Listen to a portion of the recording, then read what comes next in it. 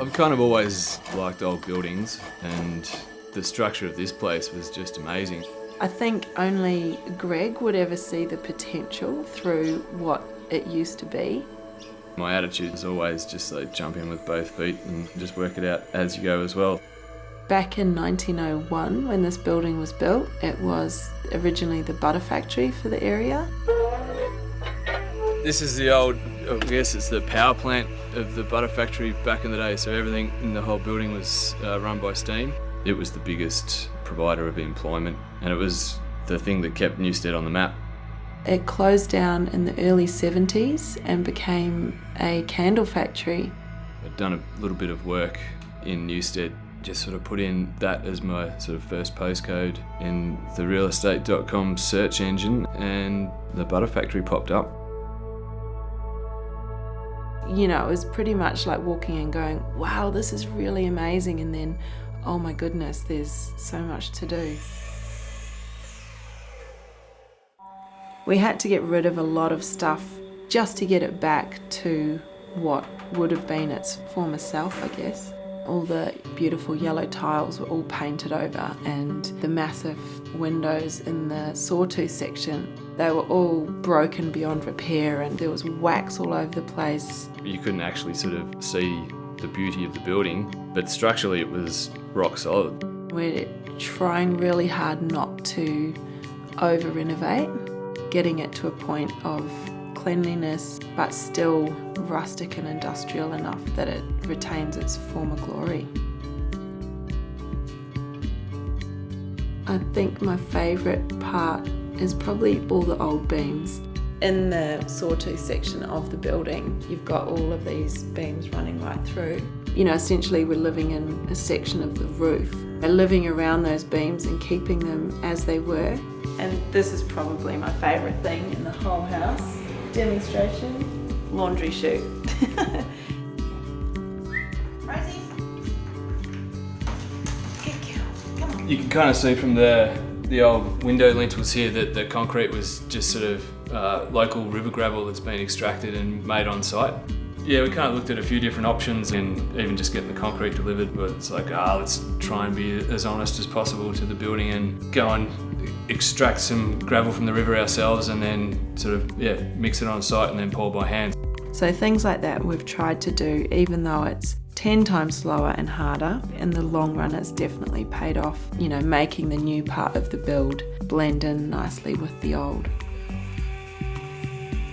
I do love the pool. You know, we use the pool at least 2 or 3 times a day in summer, and turning it from the old sump tank, making it into a pool that we use all the time, it's pretty magical. Because the building's been such a big part of so many people's lives within the community, a lot of people have noticed what we've done and how we've done it. What I guess has sort of happened naturally, but only in not even half of the building, we kind of give over to events and things. Been a little bit too proud, I guess, to offer it up before, because I never thought it was sort of fixed up enough, but it is a community resource, and if other people can have access to that space and be able to use it to do something, then the more the merrier. Every now and again you find like a little vista or a little view out of it, and you kind of just sit there and just admire it in its natural state as much as possible and appreciate what you've done to it. I literally was driving past one day, saw the old fire station open for inspection. I walked through the roller doors, and it was like an old fire station that the truck had been reversed out of. I really wanted to like it. I couldn't quite work out how we were going to turn it into a family home.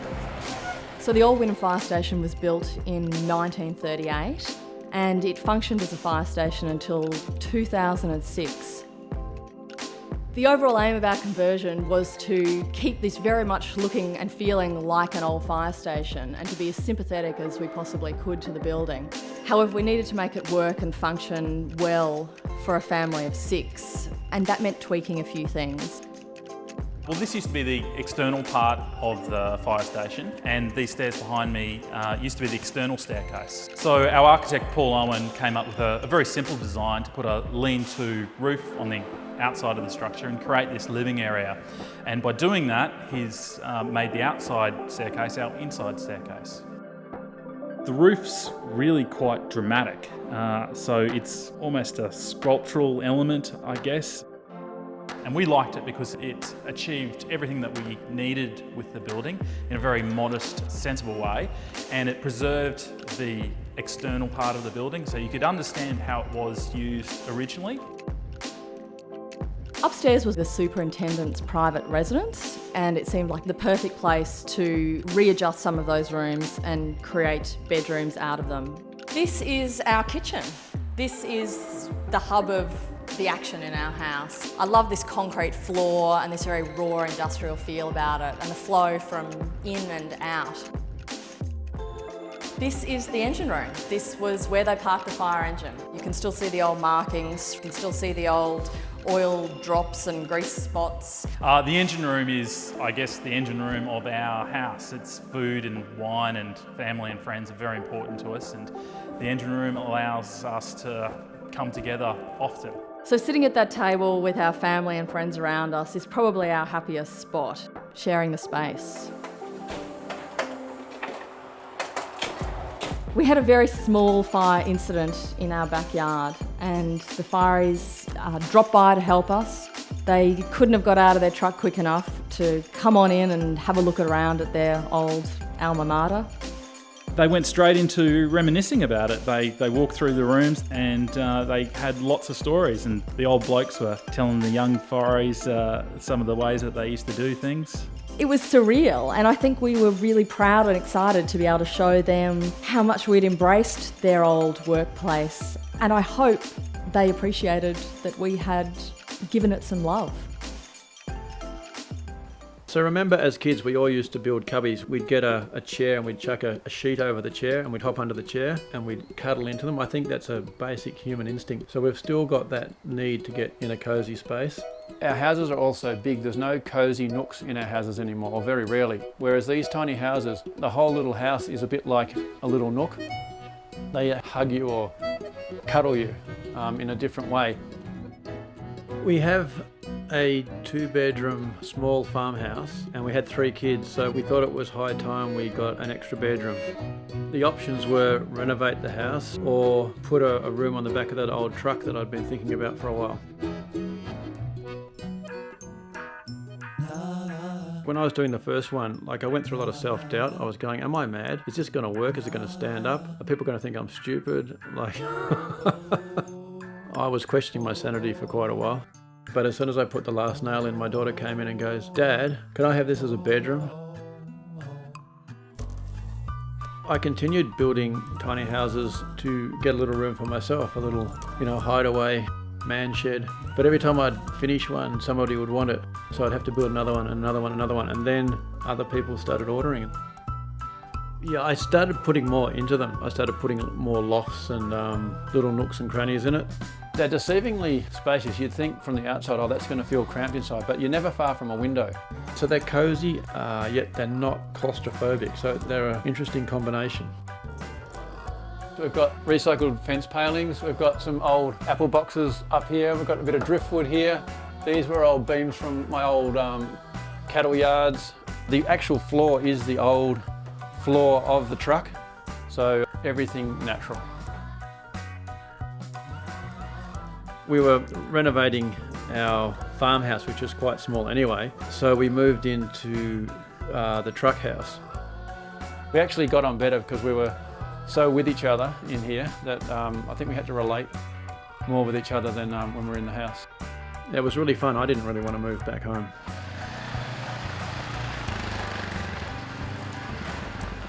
From building them for myself and then other people wanting them, I thought, wow, I've actually got something small enough that we can build in a 4-day workshop. We got onto social media, advertised it and filled the workshop almost instantly. And that new era of education took off. Being able to make your own house, which I think is like a human right, being able to grow your own food, make your own clothes and create your own shelter. The tiny house movement is a little area where they can actually create their own house.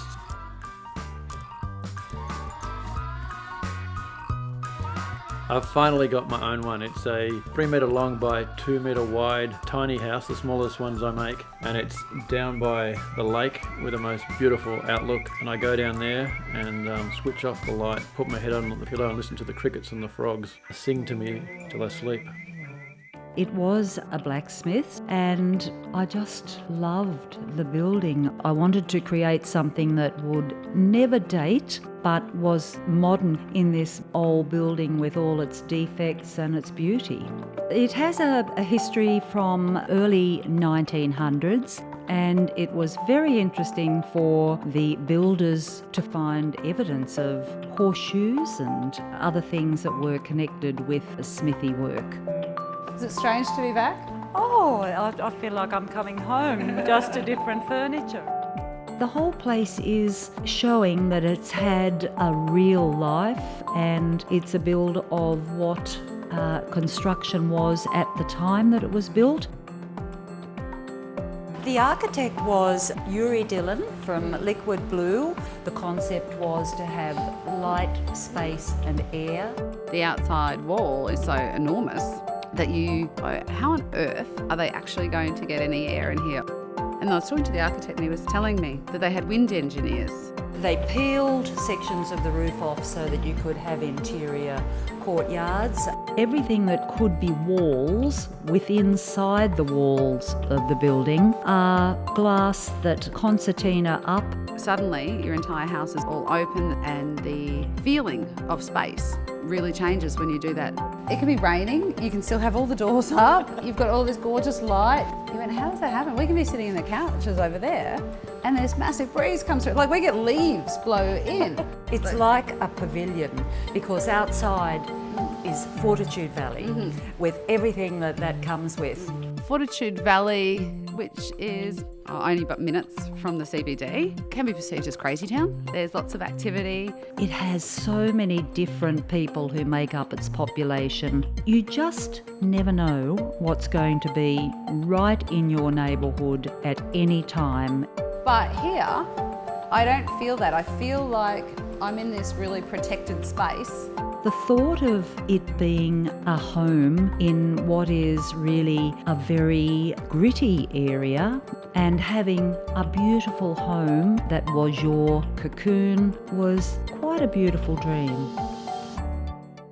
The first impression people get is just what could be behind this sort of nondescript little warehouse door, and they just step into what feels like another world, and you can see it on their face. They're really quite surprised with the idea of this private little oasis.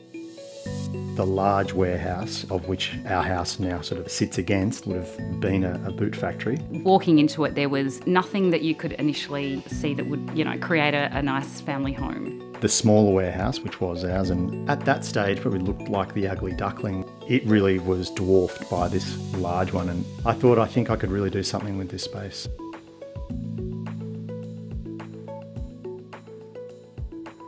We collaborated with actually a friend of mine, Chris Stanley from Splinter Architecture, and we thought, well, yeah, if you actually utilise that external wall, it'd be beautiful actually to have that inside your own place and look out from that.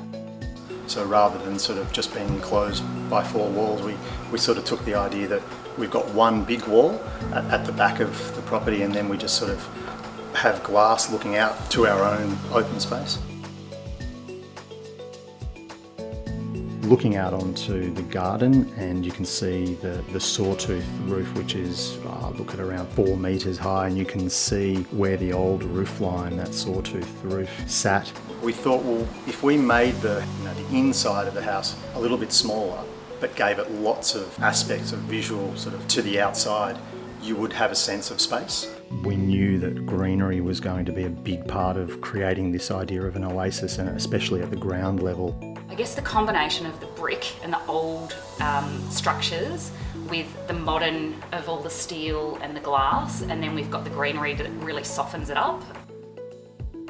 Every level you go up, there's just sort of a different sort of take on the garden as we get higher, and I guess the environment changes almost slightly.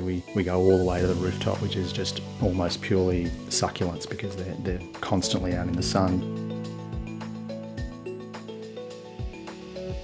So this pylon here was originally what was holding the roof up, and we've left it, graffiti and marks and all, and we've created a swing for the kids that they absolutely love. Chris encouraged us to leave a lot of the history of that boot factory running through the entire build from the ground floor all the way up to the top. I think there's a nice contrast with something that's quite new, that needs to be built, and something that existing that doesn't need to be so-called made better. We loved the idea that you could see a lot of those warehouse elements still very visible and palpable. You could really feel it. Kevin and I were looking for a great place to land and farm, and then we had a look at this building and we went, God, you know, we can really do something with this. We're in the middle of the stables, and when we found this building, it was very much an incomplete building. It was going to be an old stable built by this wonderful Italian. His vision was to create a stud farm.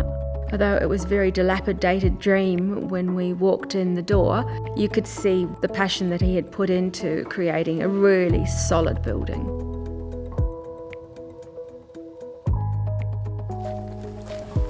Well, you can see that it's a massive building. 41 metres by 12. The bones of the building still remain, which is the double brick construction. The building downstairs has been very much retained. Whatever's been added has been added with character. So we lifted the roof and put on a whole nother floor. We have got the original trusses. We've had to add a few, but the original steel beams are all here. You know, I love creating something interesting out of the bones of an old building. Kevin and I are in love with timber. We love the tactility of it. We love the grain. Timber is about barns. You know, barns have always got lots of timber in them, and so it's that same feeling. The Oregon was an original piece in this barn. It was around the fascia, right round the building. So we took this beautiful wood, I think it's too good for fascia, and made some wonderful things from it. We've recreated a lot of the kitchen. We have done obviously the fireplace. It's about what the building offers you to turn it into something great. Well, the building has created its own industry for us. We're sharing it now with people who want to come to the country, and so the accommodation was born out of that.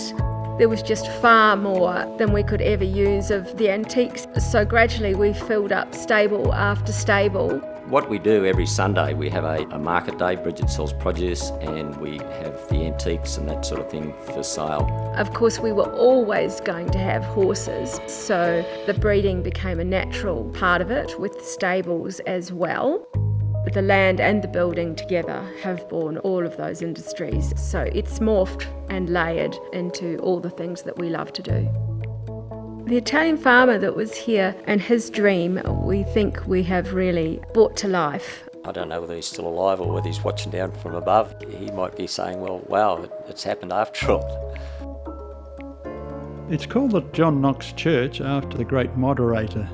John Knox is the Scottish reformer who actually turned Scotland from Roman Catholic to Presbyterian. This grand church is the first Presbyterian church in Australia, and they've made a real statement because it is such a magnificent building. I know my wife for all the time I've known her. She's always wanted to convert a church. Such beautiful buildings they are, and the beautiful features they have. The big risk with this project was whether or not you can actually turn it into a home that you want to live in. When we bought the church, it actually had 2 aisles and they're raked floors. We retain the central aisle, but not only on the ground floor, but all the way through to the ceiling to keep that sense of volume, height, perspective. And the Oregon beams and the way that the beams are being crafted is quite amazing. The stained glass is my favourite part of the church. It's just magnificent. The colours are so vibrant. With bright sunshine outside, it's just incredible. It's not the fire and brimstone that's in a lot of other churches. This particular window has the faith, hope and charity at the very top, and I'm just looking at them now and they're just so peaceful, just beautiful. We've tried to retain as many of the old features as we could. The pulpit, as you'll see, is particularly ornate and beautiful. When we saw the room at the back, we immediately looked at one another and said, bathroom. We're very fortunate to have the original bell that was cast in Glasgow in 1875. It takes a while to wind it up. People feel as though this is still owned by the community, and they come in and they say, oh look, my mum and dad got married here. This one particular day, a car drove in with a bridal party. They started taking photos with the church. We became part of the wedding party. Yeah, it was kind of special. We like to listen to those things, and wherever we can, we like to show them inside. We just feel like we're the caretakers of this beautiful building. It's just, so special. We weren't looking for chicory kilns when we bought the property, but we were just enchanted. We sort of fell in love with this gorgeous crumbling tower. It was sort of very poetic and romantic, and within a week we'd bought it. The history of the building is that it was a chicory kiln, and because of the embargo on coffee in the interwar period of last century, chicory became a coffee substitute that was globally exported. So it serviced pretty much the entire hillside of Ventnor where we are, and the kiln building itself hadn't been touched since it closed for business, I think, in the late 60s. Well, the kiln is basically a smoking and drying kiln. The chicory would come on a conveyor belt and it would track through this slot into the kiln itself. Basically in all the fenestration we've got louvers, so we can open the whole building up. It draws through the bedroom, and then the oculus is operable, so it actually just works to draw air in and rise it up and take it out. So it actually creates its own passive air conditioning system.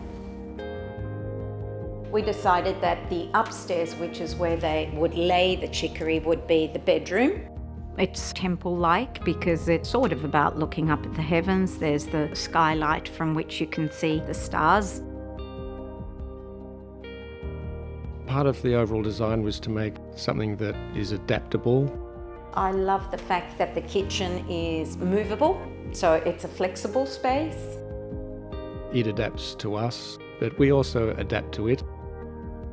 It's really a building that has a whole range of different ways of moving through it, but also the places where you do move through, you can also stay and be in rather than just transition through. Particularly, I'm interested in stairs, so the idea of stairs not just being places that you go from point A to point B, but they can be habitable and they can be part of your everyday life.